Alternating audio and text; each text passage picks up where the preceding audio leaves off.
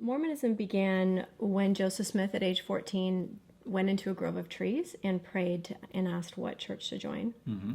And there are different accounts of the first vision, but the official one has God the Father and Jesus coming down and introducing themselves and saying to Joseph, don't join any church. In your view, what is the possibility of this occurring?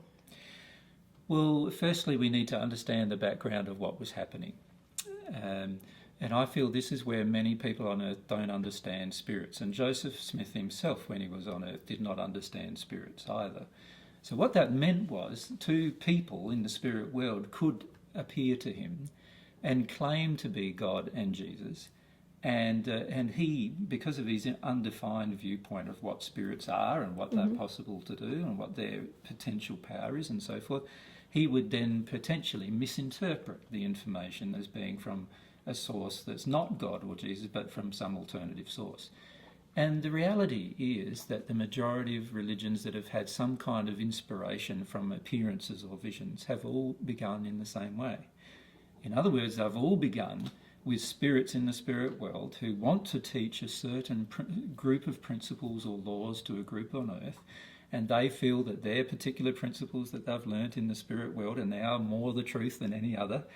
They will often come to an individual such as Joseph Smith, present themselves to be something. They don't necessarily say they are that particular thing, but the person on earth then interprets it as being those particular people, God and Jesus in this case, and then the person is very, very open to the transmission of the information and therefore the reception of the information and the recording of the information.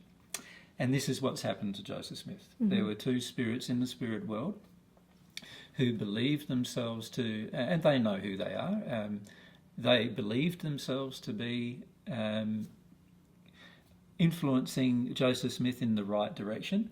They knew that Joseph Smith interpreted them to be God and Jesus, but they did not correct that interpretation.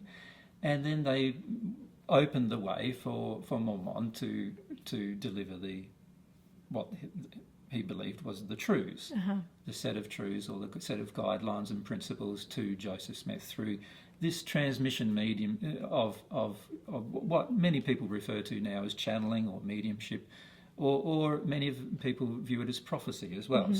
So in his case, he viewed it as prophecy, as him being a prophet, which he was, by the way, just not a prophet motivated by the spirits he believed to be motivated by at the time.